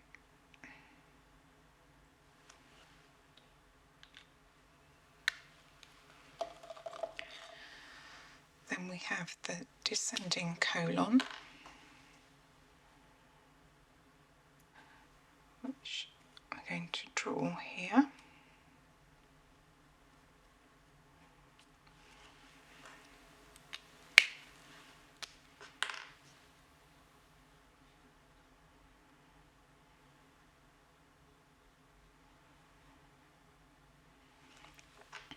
Okay. And then we're going to go up on this diagram to the stomach area.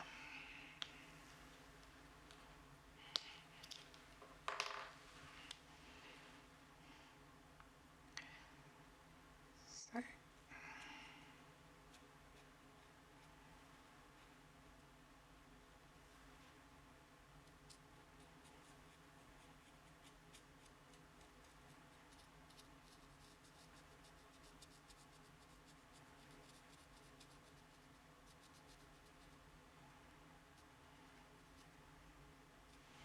okay, so stomach area completed. So we will look at popping the solar plexus in there, just on the edge of the stomach area there. Very important. And then we've got the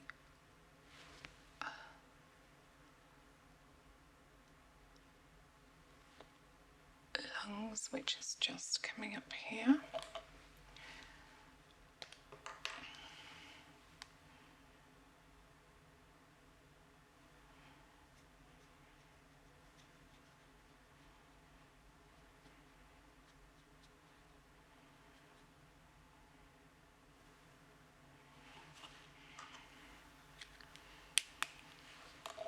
Then similar to the other side, we've got the sinuses.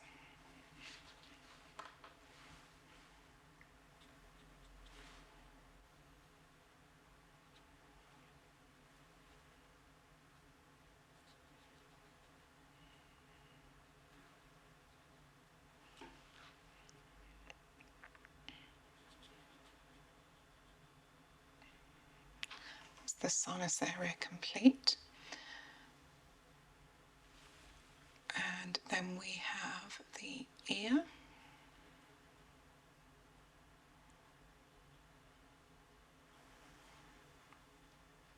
And then the eye next to that.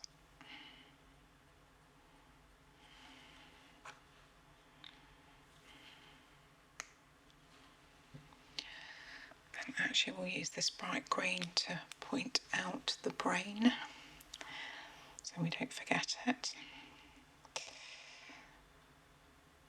Very important to have a brain. And then we've got this large area here, which is the heart to complete.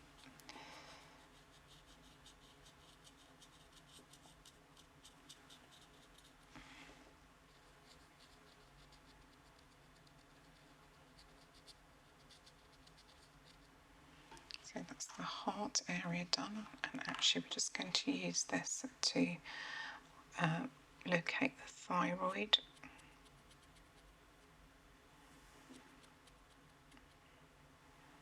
Just pointing out the adrenal glands we've included earlier.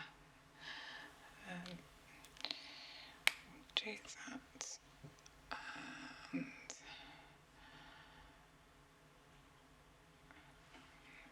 And might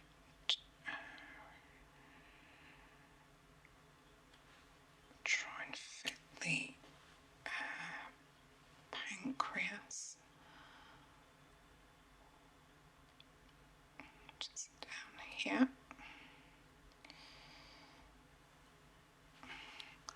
And then I'm going to draw, as I did on the other side, attempt to draw a kidney.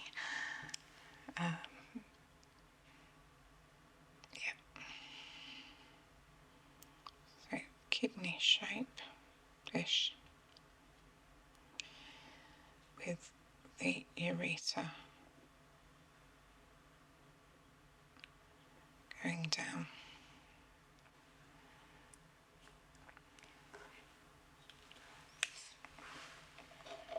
And then the colon we've already got in there.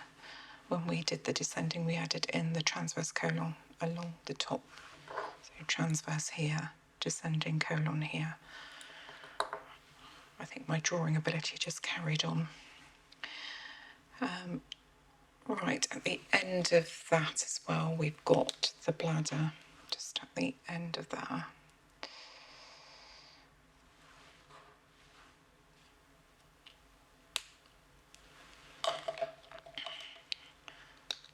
And again, similar to the other side, we've got the spine coming along.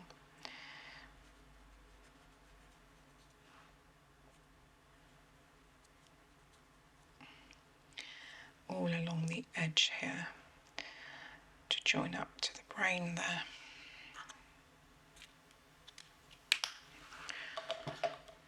Then we have the large area, the small intestine, which covers this large area.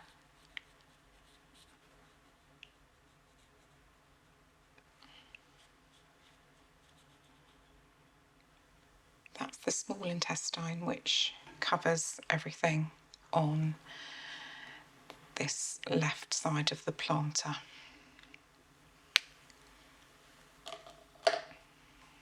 Okay, so we'll just make sure that we've covered as much as we possibly can on here.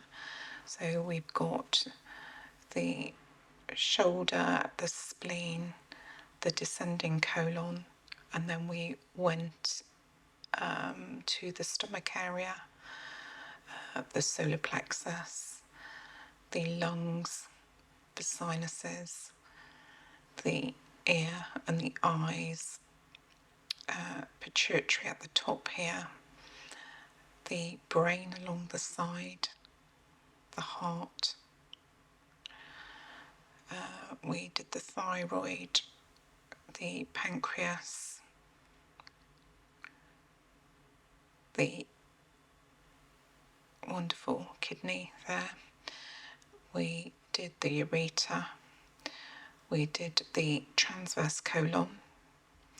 We did the bladder, the spine, and the small intestine.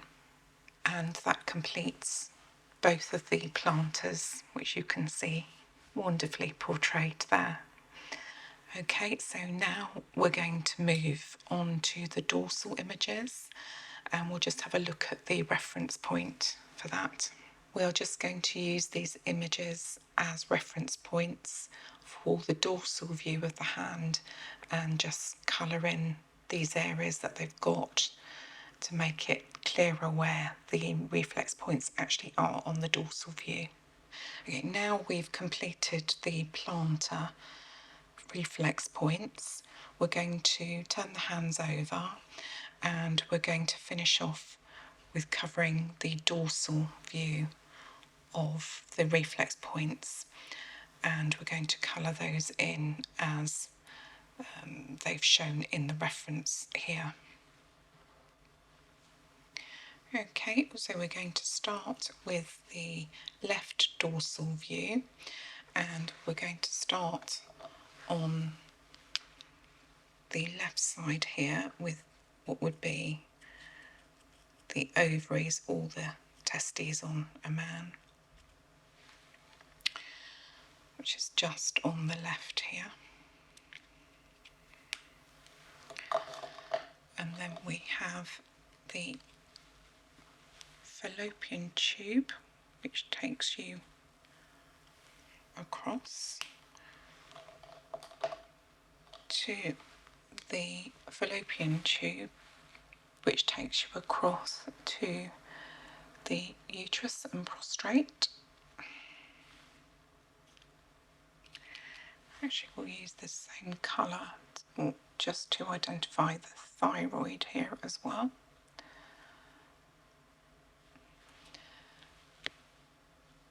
And the pituitary, which is going to be at the top in slightly the inside of the thumb, so difficult to show here, but it is in there. Then we've got a large area across the top here, which covers the breast or chest area, and that needs working, particularly if you've got people who've got problems in that chest area. Just going to try the other side, see if that will mark a bit better. Yeah.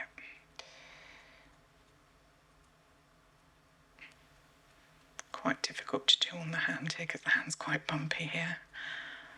But I think that gives you a very good idea of the breast and chest area. And then very similar to the plantar view is the shoulder continuing along here. And then on the side here is the knee that you would work, this area here as well. Okay, and that finishes that left dorsal view. So we're going to try and mirror this on the other side. So again, we'll start with the ovaries over here, and then we'll use this white colour to show the fallopian tubes coming across to the uterus.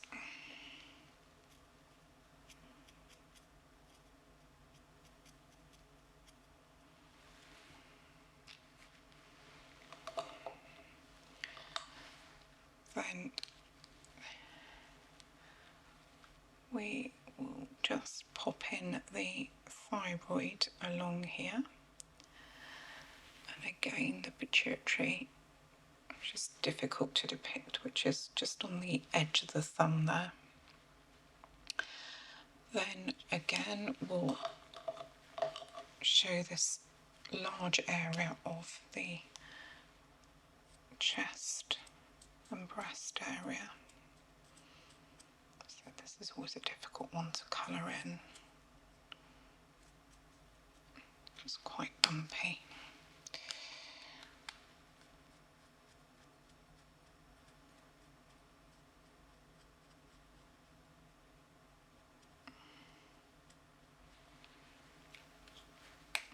So there we go, and then we've just got the last two areas here. One being the shoulder,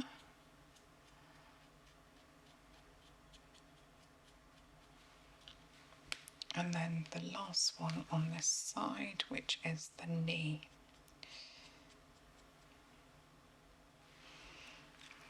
And that completes the dorsal view. So you've got both hands here of the dorsal view, so just running briefly over this. We've got the ovaries and the fallopian tube, the uterus, the thyroid, the pituitary, the breast and chest area, the shoulder and the knee, and very similar on the opposite hand, on the right hand of the dorsal view. So again, starting on this side with the uterus, the fallopian tube and the ovaries here. You've got the knee, the shoulder, the breast, chest area, the thyroid and the pituitary. And that completes the dorsal view of looking at and mapping those reflex points, making it very clear where they are, and the colour really helps to make that a visual element in your head, so that if you're practicing reflexology, in particular self-reflexology, this is one way of getting to grips with where these reflex points are. So that completes our session today. So thank you very much for allowing me to identify and look at these reflex points again. And actually the colours really enabled me to pop that clearly into my head. So I actually think when I go back to that again, I'll be able to do that as a treatment with these images. And what it also means is that those who want to do self-reflexology can visually see where these reflex points actually are. So thank you for sharing that journey with me. Thank you for having me. Hello, thank you for joining me today. Thank you. No, it's my pleasure. How are you doing? You doing well? Yes, I'm well, thank you. So you've offered up your hands for me this time, and we're going to be going over a bit of hand reflexology mapping, which is one of my favourite forms of reflexology. As you know, there's the hands, but there's also the feet, there's the ears, and even some people do mapping of the face. Wow, yeah. Yes, the hands are so much fun to do because you can sit like this, you can have it almost like a little treatment, a little discussion, and it's very, very therapeutic, almost just going over all these different areas of the hands and what they represent. Obviously, if you were doing a proper reflexology session, you would actually on the areas be doing sort of little caterpillar movements. You'd have a bit of slip with some sort of moisturiser with some cream. But today we're just going to simply trace over the areas as you've done for me many times now. And hopefully this is an interesting experience for you as well as the client today. And yeah, I hope you enjoy. Thank you. Please just relax. Maybe if we just do one sort of deep breath in. So we're going to breathe in together on 3. Yep. So 1, 2, 3, breathe in. And breathe out. One more time. And out. Good. Okay. So just briefly at the start of the session today, I'm just going to, for anyone who doesn't potentially know about reflexology, just briefly what it is. So I've got this lovely book here I'm borrowing from yourself. It's just a step-by-step guide of reflexology. And just briefly, it's based on 10 energy zones within the body. And these are longitudinal, which just means they go all the way up like this. And these 10 zones, there's 5 on each side of the spine. And in particular today we're focusing on the hands. And zone 1 starts at the thumb, whereas on the feet it's going to be at the big toe. So you can almost see the kind of similarities. It is almost more or less a copy-paste onto the feet and hands. Fascinating, It is. It's, the main difference is simply that some people can't have their feet touched. Hands are more accessible. It's a wonder that hand reflexology is not offered more often, seeing as it is so much more accessible. Yeah. But yeah, that's just sort of the brief idea that it's based on these energy zones. Dr. William Fitzgerald, in the late 19th century, American man, kind of put a lot of this together that it's currently based on. So that's what we're working off today. So here I've got my pointer and I'm going to be going over the various points of your hands. And we're going to be starting with something we call the plantar view. This literally just means your hands are upwards. So if you can turn them this way for me. There's these specific terms for each way round, but plantar just means upwards. And once I've gone over the plantar view on both sides, I'll then move on to something called the dorsal view, which just, again, means downwards. So we're going to go over those two, and that will be the session for today. So, first of all, just to make it nice and easy, because understandably, same with you, these images can be quite hard when you're working at an angle like this. You want to make sure they line up exactly, even though we're kind of doing upside down. So if I could just get you to place your hand that matches this picture there. So we've got this hand, so we're going to do this hand first, if that's okay with you. If you just pop this hand away, and I will start with this image. I'll just drag it a bit closer to me so I can see. Right, so we'll start here, and I'm going to go from the bottom of the image and just slowly trace upwards. Okay, so we're going to start at the edge here, so below the thumb is going to be this way to start. So just here, a little X we've got to mark the spot. It's the uterus or the prostate in a man. And then the other X on the other side, this other mark here, the reflex point, is the ovary or the testes. And then across, just connecting the two of them, here you've got the lymph or the fallopian tubes. It's just this little section. And then we're going to be going up to the next one. I'm going to go round from the right and back. But next up we've got the spinal area, which is quite a big area. It's like a little snake. So all the way around from right above that fallopian tube, all the way around to the edge of the thumb up here. Quite a big one. And that is the spinal area there. And then next we're going to be on the other side, if I'm following it around, just where that spinal area started. There's a little yellow coloured zone here that we've got for the hip, the pelvis, and the coccyx. Then moving up to the next one, right in the centre, this little bean-looking shape is something called the sigmoid. And then up next, coming up closer to that little pinky, is the spleen.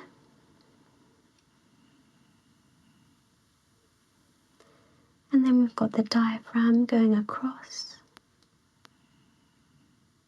right across the hand, but not too near the top, because up there we've got the lungs.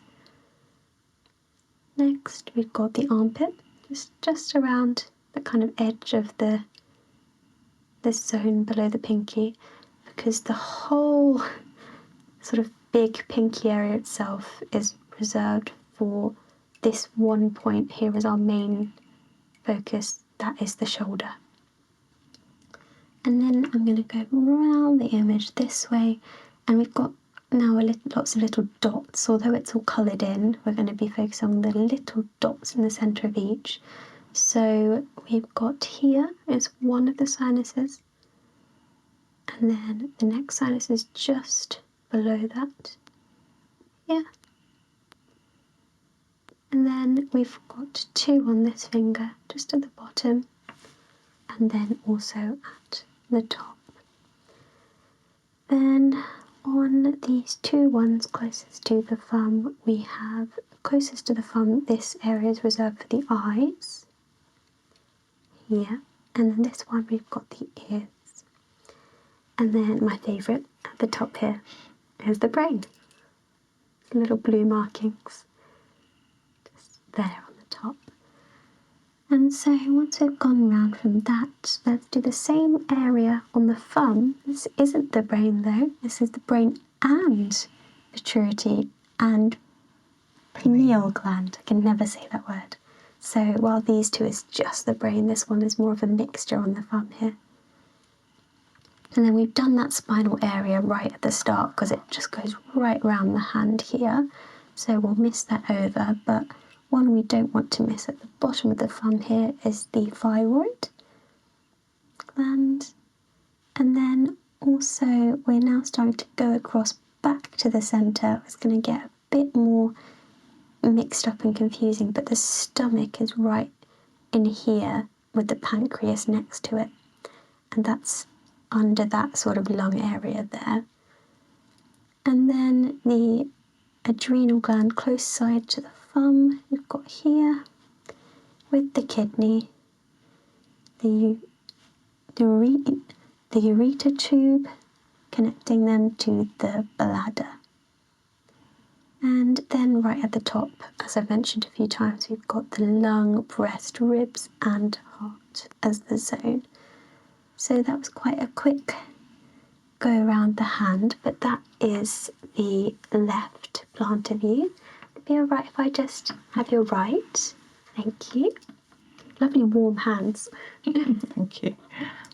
Okay, so I'm going to go around again from right to left just to stay uniform, and I don't want to get lost on your hand.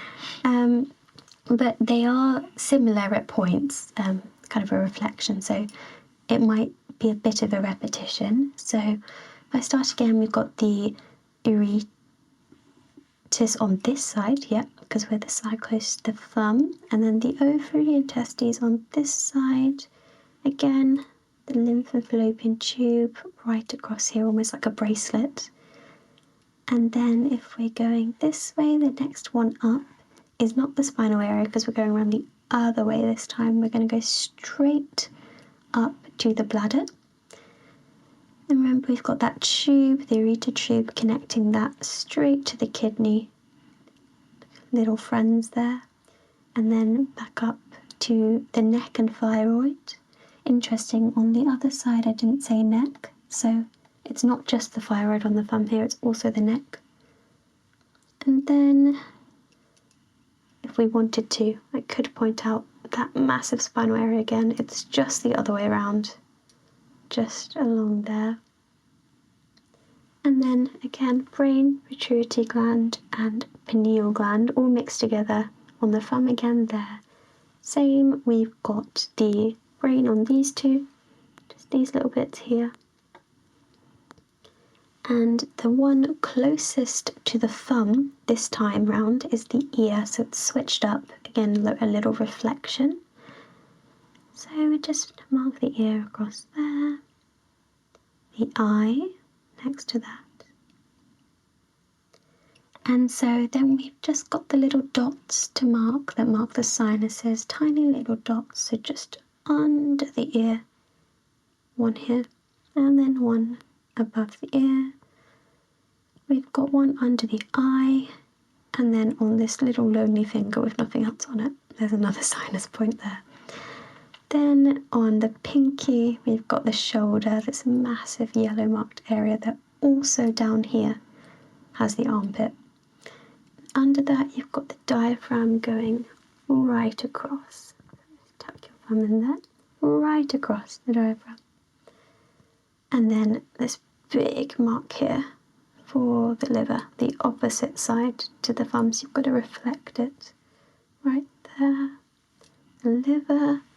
Then going down intestines, right across. I'm not sure if I actually did that one last time. Right across, you've got the intestines in the middle of the hand. Ileocecal valve is marked on the X just above that coccyx here. So if I do the hip and coccyx first, just on the side there, then right above that here is the ileocecal. And then again, I did go over it, but it's my favourite one to trace around, so the spinal area, right all the way around. So that's that hand covered as well with the plantar view. So I can get you to turn them both over. And a little thing to note here that the diagram has said is that it's not really necessary to show these kind of side-on views of the palm for a diagram, because they are vaguely marked on the dorsal and the plantar, so we won't really be going sideways, but maybe to show some areas better, I can turn the hand slightly, but these diagrams just show up and down, basically. But it's pretty similar to the other side. Again, if I just match your hand up with the view, so can I have your left hand? It should be, yeah, we're all matched up. Okay, so if I just start with this hand, and I'll start with the image on this side. Again, lovely warm hands. You've got such better circulation. It's all that massaging. Yeah. Okay, so I'm going to start on the right again and go round. It just seems to work best. So that means we're actually, for you, starting on the right, but for me, going via the left. Okay, so I'm going to start then on this side. If I just pluck up your hand and hold it in mine. We've got the ovary and the testes. On this side, sorry, again, yeah, we're going the other way around. So, no, that was correct. Ovary, testes, opposite the thumb. Here, right. You really do have to flip it in your mind. You do. And then the uterus and prostate gland is this side with the fallopian tubes and the lymph going across, much the same as the other side. Then we're going up this way, so straight to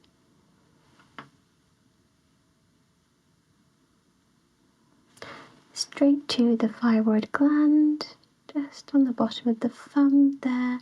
We've got the sinuses marked just here, here, here, here, here, and here. We've got the eye on the one closest to the thumb and the ear, and that's just because when you're pressing here, it's going to be the same on both sides. And then we circle round to the pinky, which has the shoulder here, the diaphragm, the stomach and pancreas is over the other side, right under the thumb. Really, really massive area here.